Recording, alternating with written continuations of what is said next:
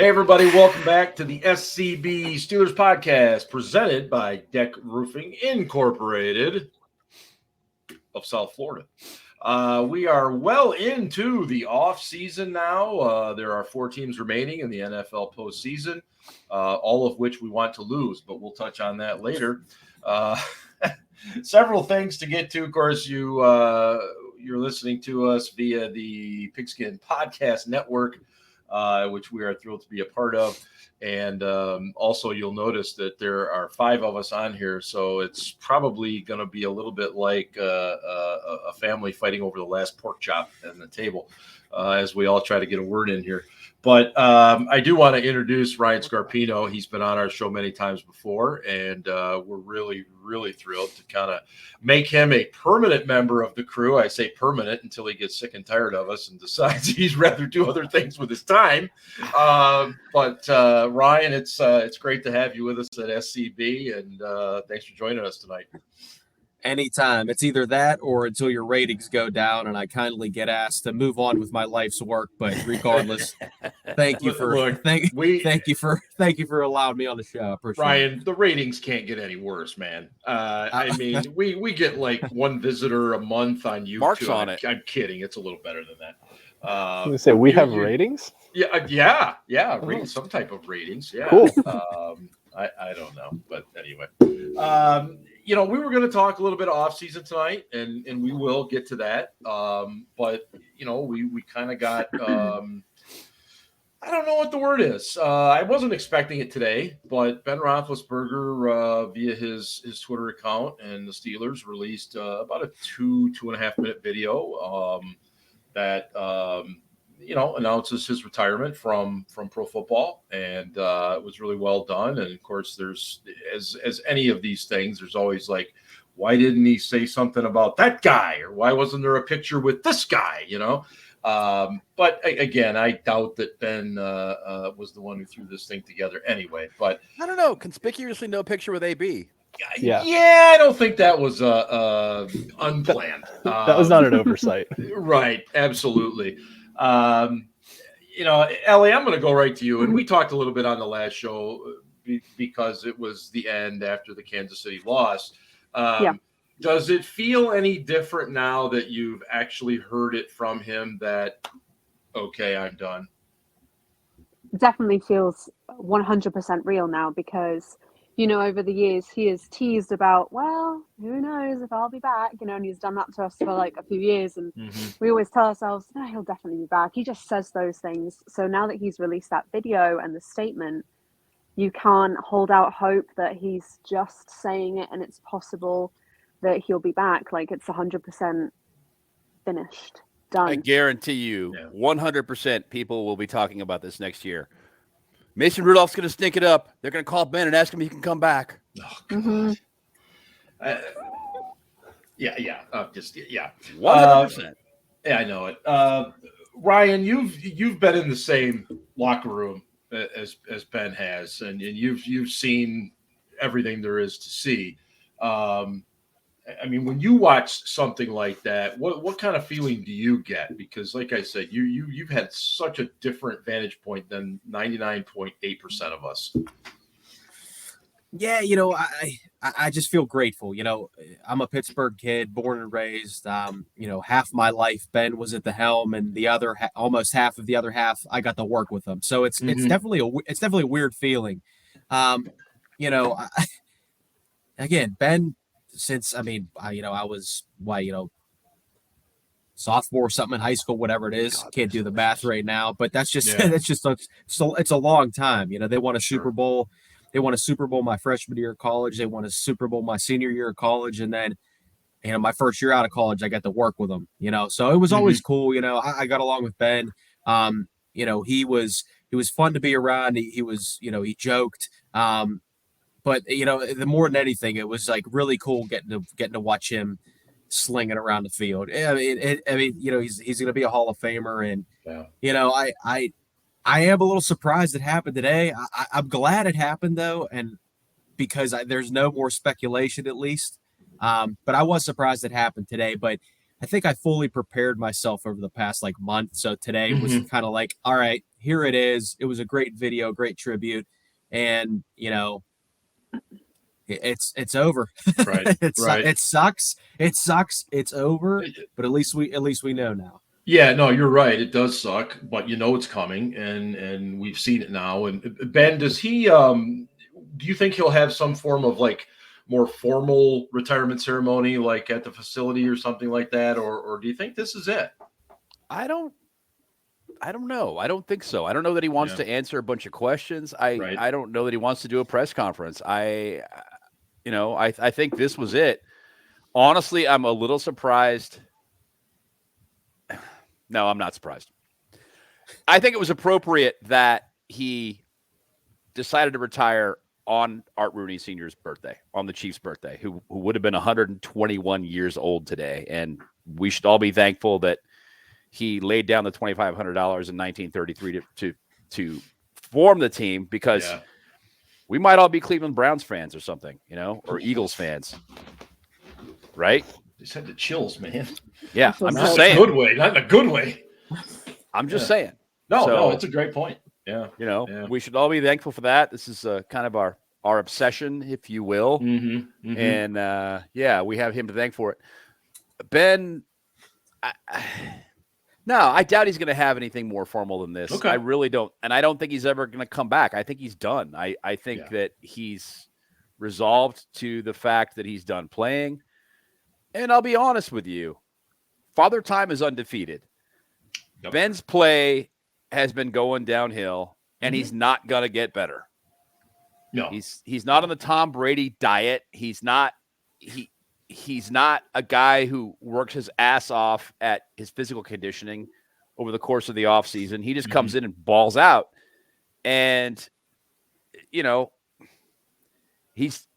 he's not going to be able to take an offseason and get healthy and then come back and be better next year behind a revamped offensive line. I just don't see it. Yeah. No, I don't either. Ian, you kind of like Ryan was talking about, Ben was the quarterback for your Steelers for, great part of your life.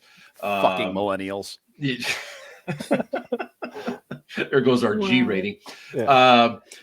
What did you think seeing that? I mean, it obviously you've seen, like Ben said, you've seen the ascension, and then you've seen kind of the decline in his game. But I mean, what were you thinking as you saw that today? Yeah, I mean, I think like Ryan said, I'd kind of been preparing myself for this over, the last month or so. I think I've kind of categorized it like the Cleveland game on Monday night was the farewell to the fans. The Baltimore game was kind of the farewell for the team. And then they got one more shot at it in the playoffs to just kind of, go have fun. Yeah. And, that was, we kind of knew it was it. I really, honestly, I knew after his press conference, after the playoff game, when he's talking about, I'm going to get on with my life's work. I'm going to, go try and be the best father to my kids. Like, I knew it was a formality after that. Yeah. So, I thought it was a well-done video. I would say they're probably not going to do anything else formal, but there'll probably be some kind of like dinner that they have out with like Ben and all his linemen and some of the receivers that he liked. And, private type of thing. Yeah. Private party kind of thing. They'll definitely do. And the one thing I'll say is, Ben is a Pittsburgher to the core now. I mean, we've completely converted him from Ohio into a complete Yinzer. So I fully expect him to, come back for all the kind of alumni events and all that stuff that we'll be seeing him in the stadium quite a bit. I think not playing anymore, but I think, anytime they do the alumni weekends and things like that, he's not going to be Terry Bradshaw. He's not going to stay away from the team for decades. Right. Yeah. And that's what I was going to comment on, because most of us and most of the listening audience knows that, when Bradshaw left, it was not on the best of terms. And look, Terry is my guy. I mean, I fell in love with the Steelers because of Terry Bradshaw, but I'm also the first to say that he's an interesting cat. And a lot of the problems, way of putting it. Yeah. And a lot of the problems in his life were self-inflicted at times, but you wonder in some cases if Ben hasn't taken a look at that and said, I don't want to be like Brad was. I want to make sure that I am doing it the right way. But he makes his home in the city now And he's become a part of that community. And I think that's the biggest thing, is that he's kind of absorbed the sense of belonging, if you will. No question. And if I'm him, I don't want to screw that up. I don't know about you. And Ellie. No. Right. Ellie, what is the British swear word of the day? Oh my gosh, we're doing that already? Yeah. Okay, I've got one. Our British swear word of the day is a fuckwit. Fuckwit. Yeah. And what's the definition of that? It's one of my favorite words, actually. That'd be FUCKWIT if you're keeping score at home. Yeah. Fuckwit, the definition is just a complete fucking idiot. So in other words, yeah. So when using a sentence. Yeah. So what kids that are watching this at home, when you want to use the R word, don't use that. Call someone a fuckwit. Yes, a fuckwit. That's funny. Much more polite. Less offensive. Much more polite. Absolutely. So if Ben is going to be a full-time father and husband and everything, and we have no reason to think he won't be, Ellie, let's say you're in line to pick up your children at the carpool, and Ben Roethlisberger is sitting in the SUV in front of you. Do you go like all fangirl and go say hello? Hey, my kids go to the same school, or are you the type that steps back and just allows him to be his private self now? That's a really good question. My hypothetical children and I will formulate a plan where they will become hypothetical best friends with his children, and I will weasel my way in like that. I like that. Like, yeah, oh Ben, I didn't see you there. I'll be like that. That's what I'll be like. Good. I like it. Yeah, I like it a lot. That's great. Ryan, do you think he does he get involved in the community at all? Maybe in the whole, wasn't he opening a restaurant or something at one time? I mean, is it kind of, that kind of thing? To be fair, I don't know what the pandemic sort of did to any of those plans. Yeah, I did know that he was, I don't think he was opening it, but he was definitely involved in something like that. I mean, Ben has always been active, especially when it came to canines and his charities, and which I think is super cool. I have two dogs, and I always thought that was like really nice, and how obviously helping the police force, and to be fair, I think that's why a lot of teams and opposing players were very compliment. Not only just his play, but his work off the field. I don't know what Ben has in store, but I don't see him coaching. I don't see him. Doing a guest appearance or anything like that on Sunday Night Football, or doing any sort of TV work or anything like that. I think that he will show up, when appropriate, when it comes to Steelers games, and obviously, Canton eventually. But I think he's going to disappear, sort of kind of like Polamalu has done, and maybe Heath Miller's done, but maybe not as quiet as those two. But yeah, I think honestly, I think it's it's been 18 years, but 18 professional years, just the same routine. Yeah. I bet you that dude just wants to go to bed and watch Netflix, just binge Ozark for a weekend or something Yeah, I mean he's only made $250 million. I'm not sure how he's going to get by, but I think he'll figure it out. He'll be fine. Ashley's going to have to go back to working as a physical therapist. There's no two ways about it. Probably, yeah, you're right. Yeah. You're right. And she's going to have to go back to work. You're right. Yeah. I'll also say that shame. The canine program's great. He also did a lot with Make-A-Wish. I know this past year, there was a local high school team, Freeport High School. One of their players had cancer and done the Make-A-Wish thing, and his wish was for new uniforms for his team. So he kind of worked with Ben. Ben kind of helped them out, hooked them up with Nike. They got new uniforms made, and Ben actually came to the high school when they unveiled the new uniforms and stuff. So awesome. There's a lot of cool stuff like that he's done it, and really. Ben's started doing, I think since he's had kids, started doing a lot more community outreach type work than he did in his younger career too. And I will say, once little Ben Jr. starts playing more sports, I don't necessarily know if Ben's going to not want to coach his kids' teams. I don't know if he's going to be able to sit in the stands and be a parent. He might. It's hard. He might coach his kids. Well, it's hard. That's fine. Whatever. Yeah. He rewarding. I mean, and I'll say this too. He ran the football camp there, and he ran it. Pro camps, who does a lot of those for a lot of the professional athletes. So they kind of take it out of the hands of the players. But he also paid for a lot of those kids, a lot of the underprivileged kids to come to those camps too, because they're not cheap. You're talking about $75, $100, $125, and so he did that too. But I'm sure we'll mention him again at some point on the podcast, and there will always be reason to. But just a reminder real quick that you are listening to the SCB Steelers Podcast presented by DEK Roofing Incorporated of South Florida. DEK serves Broward and the Southern Palm Beach counties, commercial, industrial, residential, multifamily, or condos. Contact DEK Roofing today by visiting dekroofing.com. We are really now into the offseason, and Art Rooney too.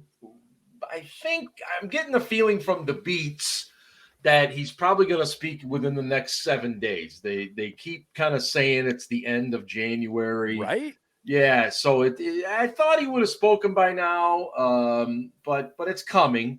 And again, last year we heard all about we got to be better in the running game and a lot of these things. And so I think people are curious to see what he's going to say this year. And I know I always am. Ian, you're Art Rooney too. Where do you start? I hope my dad's not listening to the show. My dad can't stand Art Rooney too. Why? We've been season ticket holders forever, and my dad kind of just feels like a lot of the stuff that Art II has done has been just to milk the fans for, Oh, your dad's not the only one. Cash cow. I guarantee it. Yeah. So at any rate. So basically your dad is a crusty old Yinzer. Yeah, pretty much. Right. Yes. I get it. He loved the Chief. He loved Dan, but he couldn't stand Art II. Yeah. So what do you say? You're that same shit happened under Dan. He knows that, right? Yeah. So at any rate, all right. If I think you gotta quarterback's the biggest thing you need to figure out. As we've seen in the playoffs, if you don't have a quarterback, you're not going anywhere. The other thing they have to figure out. You really think they're going to figure that out this year, Ian? No, they're not. But that gets me to my next point is you got to figure out what's going on in the trenches, because on both sides of the ball, you couldn't stop the run and you couldn't block for your first round running back that you took with the, 22nd overall pick, 24th overall pick. So yeah, you gotta figure out what's going on in the offensive line, the defensive line, specifically what's going on with Stephon Tuitt, but no one's going to say anything. They're going to probably let that play out for a little while. I don't expect Art to say anything about Stephon Tuitt. I'll put it that way. Either. So although I expect the question to be asked, probably, and it should be asked, just like it was good to ask it of Tomlin, and I didn't expect Tomlin to say anything, but yeah, I think he'll probably say the same thing. We got to run the ball better. We got to stop the run, but now we have a running back. It's just we got to fix the offensive line. Right. They got to find a defensive coordinator. Still a question mark, obviously. Honestly, offensive coordinator should be a question mark too, because should be, but I expect him to get some questions on that. Whether or not Matt Canada is going to be coming back and all that too. So we'll see what happens. But yeah, I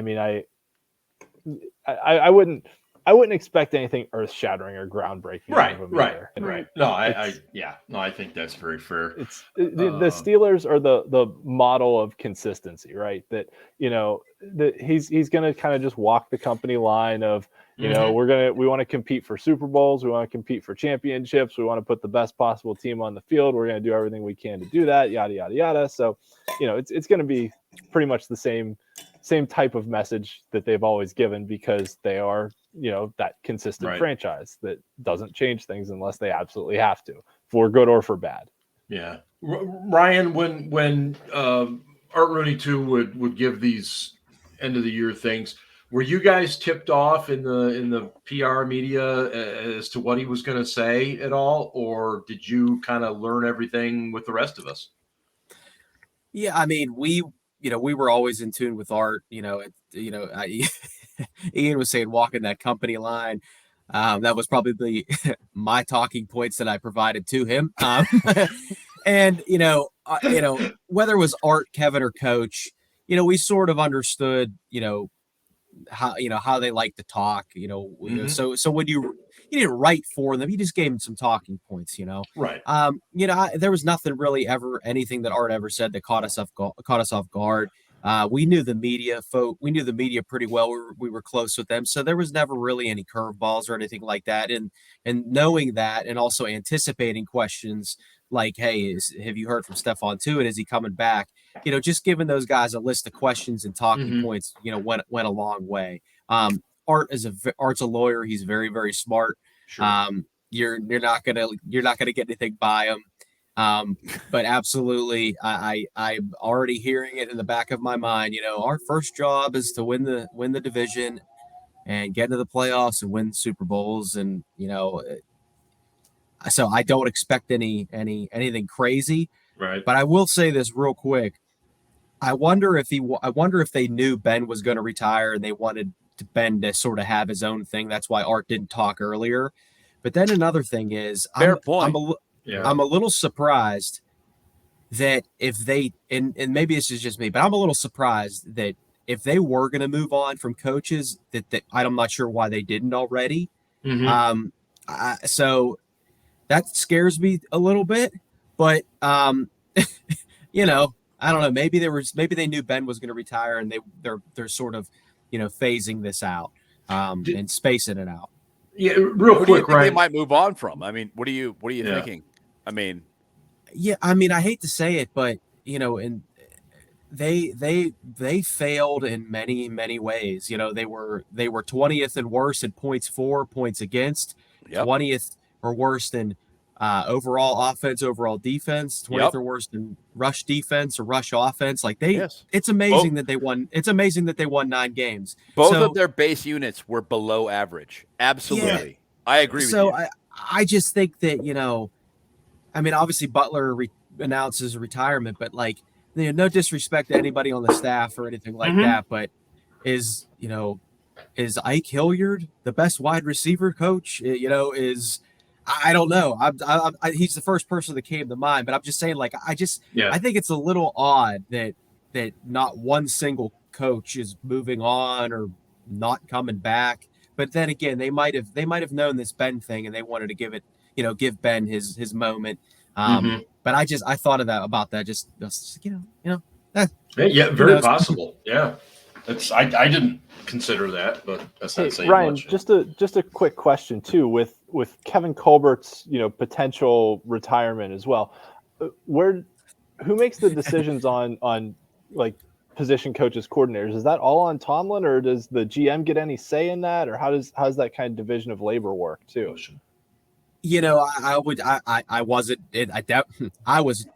Those decisions were made way above my pay grade. So I was not in those. I didn't have those conversations, but it's always been sort of a 3-headed approach: Art, Kevin, and Coach. I don't have any information or anything like that would make me think otherwise.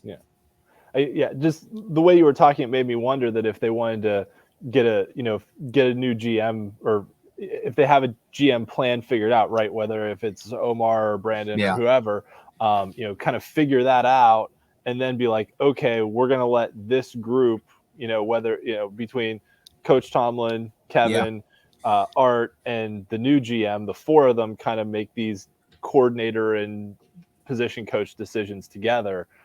So if that's the other domino to fall, is the GM thing. So there's another wrinkle to this is if Kevin's stepping away after the draft, that's what, 2-3 months from now, right. That delays the process even further, because by that point you're starting, rookie mini camp, OTAs, phase 1 where the guys just come in and work out. I think they still do that even though there's, the pandemic, but I think sooner rather than later, you got to start making those choices. And maybe they already know that. Maybe Kevin has already said, you know what, I am stepping away. But, I don't know that, though. But I just feel that the longer you delay these things, the more it has the potential to hurt the franchise. Yeah, but wouldn't Kevin have divulged the fact to the organization that he is in fact going to retire by now? Wouldn't he have said, I'm going to step away, and so we need to have a succession plan in place? So Kevin, I've said this before, Kevin is a mentor, a friend. I don't have any inside information, but I know Kevin, and I know Kevin would not pull a fast one or pull, some surprise like that. So, I can't remember who. I think it was Ian Rappaport was the first one to break it, but then John Clayton the other day said that was Clayton. That's no. Ian Rappaport, I believe, said that Kevin's going to retire after the draft. I think he was. So. I think he was. And then the other day, John Clayton told the 93.7 The Fan guys, Pony and Mueller, that's not a done deal. And I'm sorry, but John was always a good to me. I know he's been wrong. I get that, but I'd be stunned that if Kevin would be like, oh, I don't know what I'm doing yet. I firmly believe that Kevin has been like, I'm done after the draft. I gave you a 6-month, succession plan, So he's told them one way or the other, whether he's coming back or he's not, is your feeling. I'd be stunned if that wasn't the case, because just knowing Kevin, it just doesn't seem like something he would do. I'm trying to get the image and the sound of John Clayton from the ESPN commercial out of my head. I keep laughing. What does he yell? Hey, Ma, I'm done with my spot or something like that. I can't remember. Yeah. Hey, Ma, Meatloaf. Yeah. But Colbert's been with the Steelers now for 21 years. So I have to agree with you. He wouldn't be irresponsible as to just be like, I'll let you know when I let you know. I think it's kind of fascinating. It's kind of fascinating too that Omar Khan has kind of dropped off the radar in all these other GM searches. I think Chicago was the only one that he interviewed. That's necessarily a thing. I think. No, I don't either. I'm just trying to say that I find it jumping the gun on this. Didn't Brandon Hunt interview with the Raiders? He did. Yeah. And that kind of came out of nowhere. So yeah, but the Raiders are trying to supposedly hire the two-headed monster from the Patriots right now. Yes. Josh McDaniels to the Raiders. Okay, cool. Do it. The Draft guy who Tim Tebow again. Tim Tebow, yeah. Yeah. Oh God, I don't want to talk about Tebow. That was painful. I want to shift gears to the players for a few minutes here it's very early in the process, but there are going to be some decisions. Juju Smith-Schuster's already reportedly said I'd like to play with the Chiefs. I mean, who wouldn't? And they've got some decisions to make with other guys. And I was going to ask Ellie a question, and she disappeared on me. Nope. There she is. She was coughing. Caught her right in the middle of a coughing fit. She was Fleming. Fleming? Fleming. Fleming. I was not Fleming. That's disgusting. You Fleming with a PH. No, I was not. So Ellie, who is somebody not you very ladylike or British? Who do you want to see back? Would you? I mean, is it like you're all in on Juju? Who do you want to see back? Joe Hayden? Yes and yes. Free agents? I wouldn't have an issue with either of those people coming back. I think I would really like Juju to come back because of the fact that he only got to play in one game after the injury, and obviously we didn't win that game, so that would be nice. But that game sucked. Yeah, it really did. It sucked. So maybe for that reason, but I don't actually know what he would be asking. I don't know what the value is there, and because it was a 1-year contract, right? Am I correct? It was right. There was void years on the back end, but yes, there were, but it was total bullshit, as we are aware. Mm-hmm. Well, and the other thing too is, has his value gone down?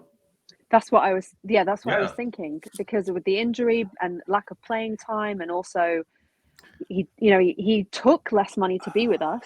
He did. So I think people are hoping that his value has gone down. I agree with you. I don't necessarily think that's the case. And what he's looking for is a long-term deal to try and maximize his earnings. Can't blame and him. I can't really blame him. I mean, you've got a window that's this big, right? Where you're at your peak, especially in a skill position. Yep. Yes. Where you can make maximum dollars. And so I think he's just looking for that deal. And I don't really blame him. I don't blame him. I don't either. I don't. Sorry. You're right. The shelf life is short in skill positions. So get your money, I guess. Yeah. Especially, I mean, he's got a big family. He's trying to provide for yada, yada, blah, blah, I wonder, has anybody known, and I maybe it's a rhetorical question, is there any way to know the amount of money that he's raked in off of his other things? I mean, he was doing what? Pizza Hut. Oh, off of his other stuff? Yeah. Endorsements and stuff. I don't know about that, but do you think the endorsement money has gone and surpassed the football money? I would think it has. No? No. I don't know about that. No. Okay. I wouldn't be surprised. I don't think he's done enough endorsements to, know.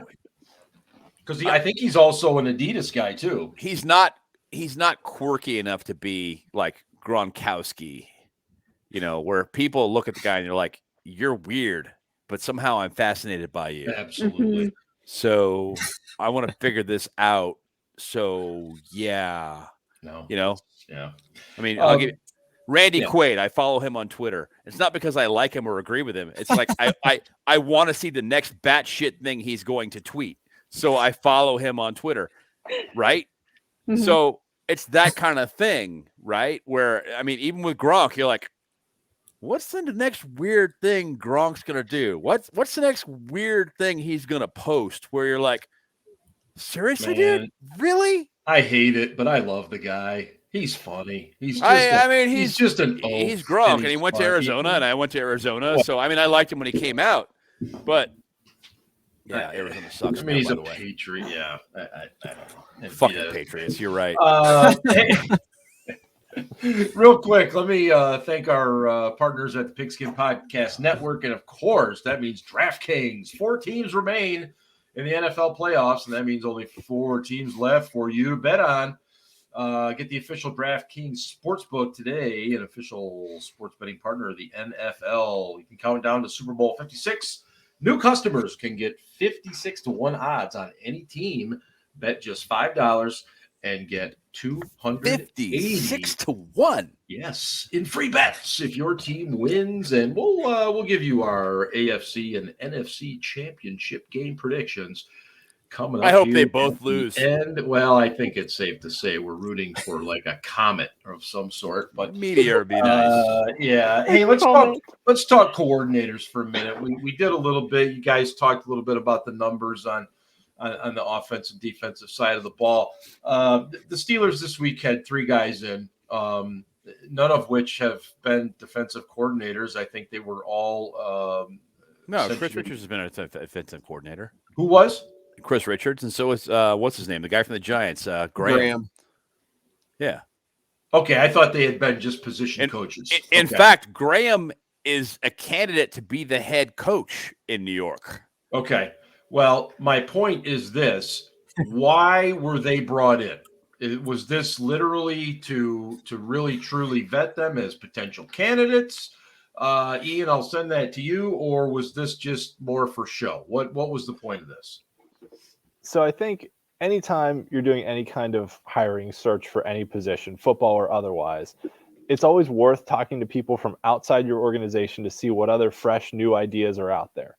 From a football standpoint, you start to talk about schemes, you start to talk about player utilization, you start to talk about things like that.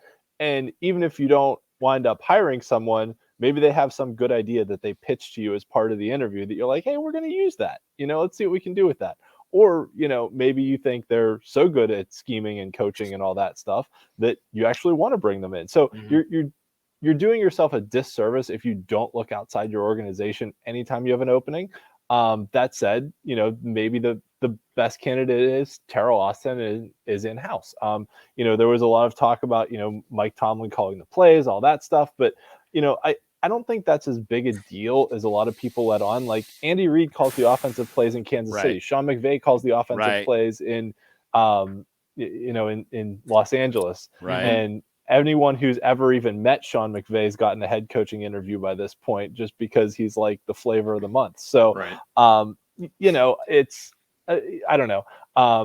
I will say there are a lot of good quality defensive coordinators around the league that are ex-head coaches, but that's not true for offensive coordinators, which is kind of an interesting array. But I think especially now with the way offense is progressing and evolving so much, you look at what some of these teams are doing schematically that's so different from how teams have operated for so long. A lot of college concepts have come into the game that you really kind of do need to get some of those outside perspectives and thoughts on, like, hey, how would you counterattack this? Or how would you line up against this or whatever? Great point. How would you defend Patrick Mahomes? Basically, how would you defend Josh Allen, right? How would you defend Lamar Jackson? I mean, those are questions that need to be asked, so especially given that we play 4 games a year against Lamar Jackson and Joe Burrow now. That's kind of how we found Tomlin, wasn't it? Yeah. I mean, he was the defensive coordinator in Minnesota, yeah. Right. But just, everybody assumed at that time it was Russ Grimm. Mm-hmm. And Grimm or Wisenhunt. Wisenhunt was the heir apparent. That's who they thought was. Then it was Russ Grimm. Mm-hmm. Right. But what I'm saying is Tomlin kind of came out of nowhere. Nobody really was looking for his name. Yeah. And I think they were so impressed by a lot of the things that he had to say in those meetings that Ian's describing is that's how he got the job. Yeah. Right. So and honestly, the more and more I think about head coaches, I've come to appreciate the fact that in your head coach, you want someone who's a motivator and a leader of men. You don't necessarily need someone who's good schematically, right? You can have coordinators and position coaches. You have coordinators who are good schematically. You can have position coaches who can teach the techniques. Your head coach, you need someone to motivate and to lead the group. You need a really good leader at head coach. Yes. I agree with you. Yeah, I do. That's the essential quality. Yeah. Mm-hmm. Ryan, who were the offensive coordinators during your stay there? What Bruce and Todd? Yes, that's it. And did you hate them both? I didn't hate either one. I actually was very close with Todd. Great guy, awesome guy, and oh man, the way this offense has looked recently, I'm just like looking back, it's like wow, right? And did he get crap? And I will admit I hated them both, and now I look back I'm just like you. I look back and I'm like, oh wow. Mark, would you say? I'm sorry. I asked, did Todd Haley get a bad rap? Absolutely. First of all, Ian, he's not going to see that. I did see. No comment. No comment. First of all, I think that Bruce Arians retired, right? Yep. And I think that rubbed people the wrong way, because the offense wasn't really an issue. And I think that Ben was close with Bruce or whatever, but I think the whole retire thing was rubbed people the wrong way. But then Todd Haley's dad, DEK Haley, was part of the personnel department. Him, Art Jr., and Bill Nunn helped put together the 74 draft. So Todd had ties with Pittsburgh. Mm-hmm. People would people like, oh, it's because his dad worked there. And then people would be like, well, he never played football. Well, the guy might have not ever played football, but he good learned offensive coordinator. But he learned from Bill Parcells, and that's pretty good. So if Bill Parcells thinks you're good enough, I'm going to trust that. And I mean, and I know he had Le'Veon, and I know he had AB, and I know he had more, Martavis and Heath and guys like that, but they were efficient. They were efficient, and most of the times that they lost was because the defense just couldn't do it all. So, I just think it was, I don't know, probably like with Arians, I just think somebody didn't like it anymore and made the move. But I like them both. I was really, really close to Todd. BA was a cool guy. And it's funny because like when BA but BA does random shit. Sorry for the S word. Like I laugh because I've seen that shit so many. Not slapping people, but like his mannerisms. I'm like I've seen that 100 times. Like that's who he is. Like whatever, you know. He is a character. I think with Arians, it was just about Ben getting hit so often. Yeah. And with Haley, it was about the red zone. There was and nothing else. I mean, like you pointed out, the offense was extremely efficient until they get inside the 20 under Haley. But again, I look back now at the last two offensive coordinators we've had, and I'm like, yeah, Arians and Haley weren't so bad. And I hated them both. Mm-hmm. I couldn't stand them. I was like, right. There was no way that Ben would have been playing still if Arians was still his coordinator. Todd Haley absolutely saved Ben's body. And I know people will be like, oh, it was just a play caller. Ben's sacks went down, not right away, but you can't beat that. Go look at those stats. That like Ben, and you know what? I'll say that if Ben didn't mess up his arm, I probably think Ben would be playing next year. I think that moment, you know, being out most of the season, and then, you know, getting hit mentally, physically, I think that was huge. I think if he got through that season healthy, he'd probably be back next year. Yeah, I was at that game where he tore all those tendons in his arm. That was so it was your fault then. Mm-hmm. Yeah, pretty much. Jinx. I was sitting in Ian's seats, though. I'd like to point that out. Okay, pretty much shared responsibility. Yeah. Jeez. Ellie, why do you think, and I want your opinion on this, why do you think people get so much more frustrated with the offensive coordinator than they do with the defensive coordinator? Just in general. Why do you think that is? Yeah, I think it's a talent thing. I think it's also, I think, at the end of the day, you know, defense wins championships. We all know that saying. But scoring points wins them too. And when you're not scoring anything, people are going to start pointing the finger. It was getting to the point where it was becoming just horrific to witness what was going on that field sometimes. And it didn't feel any different from Randy. So I think people were just feeling a little bit. That added to that. I can't say his last name. So I can't say that man's last name. Let's just say Randy Fichtner. Yeah, I can't say it. Was he a superior offensive coordinator to Matt Canada? And granted, small sample size, but what's your opinion today? I can't answer that question because you've only had 1 year with Matt Canada. It seems that's what I qualified the question. I prefaced it with it's a small sample size, but what is your opinion today? You can change it later. Oh, I can't. I don't know. I haven't got enough. That seems way too weighted in one direction for me to be able to answer that question. They seem very similar, in my opinion. At this stage, I haven't seen anything that's made me feel one way or the other in a extreme sense. Maybe after next year, I'll change my mind. All right. Ian, same question. What do you think? Oh man, I honestly, I think Fichtner might have been better than Canada. Like, I agree. I think it's like it's like that South Park episode where they were trying to pick the new mascot and it was either a giant douche or a turd sandwich. But like this is like no good option here. But if I had to choose between Fichtner and Canada, I think like, you know, they gave Canada young, talented players to work with. They had skill position players that were capable of making plays. And I know the offensive line was horrible under Canada, but the offense regressed. Like it was not nearly as good. And you know, Fichtner's first year when, you know, they had to slog through with Mason Rudolph and Duck Hodges, like they still won some games. The offense at least moved the ball a little bit. Like, you know, they weren't capable of scoring touchdowns. They kicked a lot of field goals that year, and that was also the year that Boz was that the year Boz was bad, or was that the year before that? Either one. But year before, yeah. 2018. But in 2018, they were number one in red zone efficiency. Yes. Yeah. That was. And then in 2019, they were last. Yeah. Same offensive coordinator.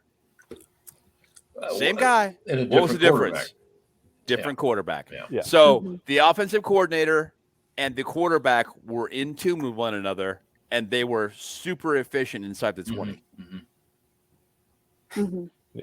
Just saying. Well, and that goes back to what we talked about during the preseason, that the difference between like an NFL caliber starting quarterback and just a guy or a backup is what you do in the red zone, right? The difference between Ben Roethlisberger and Mason Rudolph is touchdowns versus field goals in the red zone. We saw that in the preseason, that I don't think Mason had any touchdown drives in the preseason. Against Detroit, if they punch one of those in for a touchdown, we don't tie that stupid ass team. No.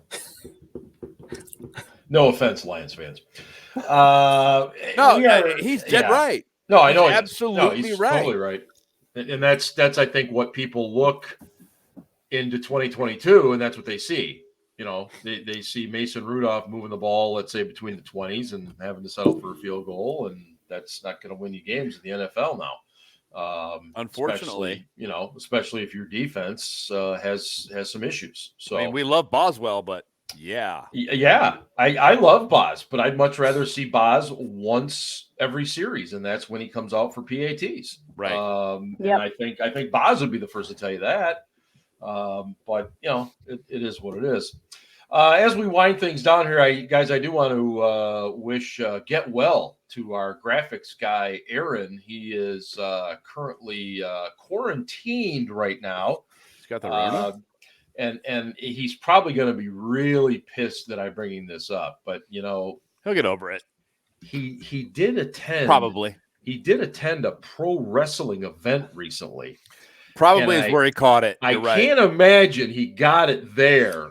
But, I think he probably did. Yeah. You're probably right. But he's got a little cold, and he said he feels pretty good. But I just want to wish him well and everything else. I hope he's well too. Get well soon. Yeah, of course. Does he have a robust immune system? Let's hope so. Well, you're darn right. Yeah. Hey, AFC, NFC title games this weekend. I know we're bumming that the black and gold aren't in this game, but I'm going to put each of you on the spot. Fuck you, Mark. Well, that's you're not the first person that said that to me today. That's for sure. Ellie, the Kansas City Chiefs versus the Cincinnati Bengals, or as we like to say around here, the Bungles. Who do you got? I liked your Comet idea, but since that's unlikely at this stage, I suppose the Chiefs. I can't stand the concept of an AFC North rival being fair in the Super Bowl. I can't. I'm so bitter about it that I'm like infuriated every time. Is that clouding your judgment, though? Yes, 100%. Okay. Admitted. Ryan Scarpino, same question to you. The AFC Championship game, the Cincinnati Bengals go into Arrowhead to take on the Chiefs. What do you Ohio got? Bobcats represent Athens, Ohio. Joe Burrow's from Athens, Ohio. Oh boy. He's got the swag. That's Mahomes probably throwing 15 touchdowns on Sunday, but I think I'm a football fan, and I know I should always be anybody but the Steelers first, and that's true. But I just love football. Even if it is the North, I think that bodes well for the division. That being said, the Chiefs are unstoppable at home.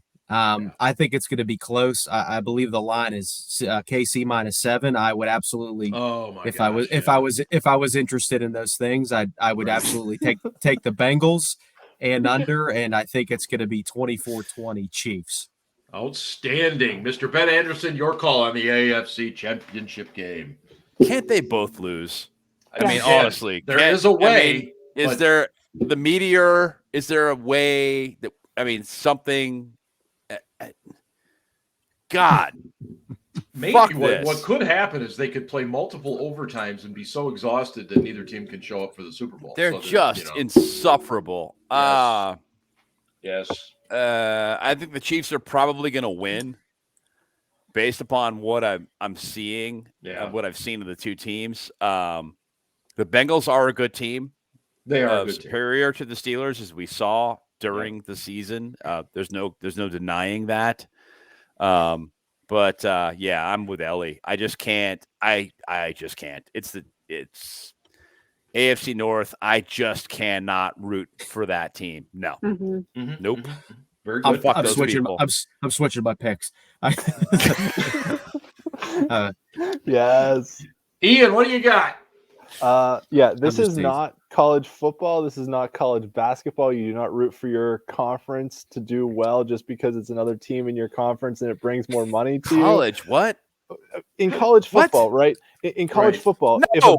if a Big Ten team makes it to the college football playoff, all the other Big Ten schools They all get money. So it behooves them. So listen to me. The NFL is not college football, so you do not root for the team in your division. You hate Even them. They're college your football, you rivals. don't do that. We get nothing for them. We get nothing. Yes. Yeah. As insufferable as Patrick Mahomes' wife and brother are, Oh God. they are the They're worst. probably going to win, which is going to make them even worse. Yes. I'd rather suffer them. That said, it's also kind of like a brilliant marketing strategy on Patrick Mahomes' part because he gets no criticism himself. All the criticism That's is on actually a his really wife good and point. brother. Yeah. That, Really, like, really good point. He is above criticism because He can do all the All-State ads he wants, and it doesn't really matter. exactly. I saw that she like sprayed champagne over State Farm. all the people, and everyone was And like then- making comments like, "Wow, look at her feeding the poor people like this." And I was like, "That is so Marie true." Antoinette. Yeah. Yes. Yeah. Queen Elizabeth. And then she tweeted, I just want to be able to do what I want to do. And Yes. Patrick was probably like, yeah, keep doing whatever you want to do. Don't worry about it. Like, It's fine. As long as it's not me, as long as it's not on me, it's Yeah, you and Jackson, do exactly. whatever. Yeah, you're right, girl. Do whatever you want. I don't care. This is actually a really good point, Ian. You bring up. You're right. Ian, you're killing it tonight, Ian. You are killing it. The picture. Ryan's dead on. The picture of earlier this season when they're like in a Mexican restaurant and she and the brother are doing TikTok and Patrick is just sitting there kind of like eating his nachos. Yes. Like why do I have to put up with these people?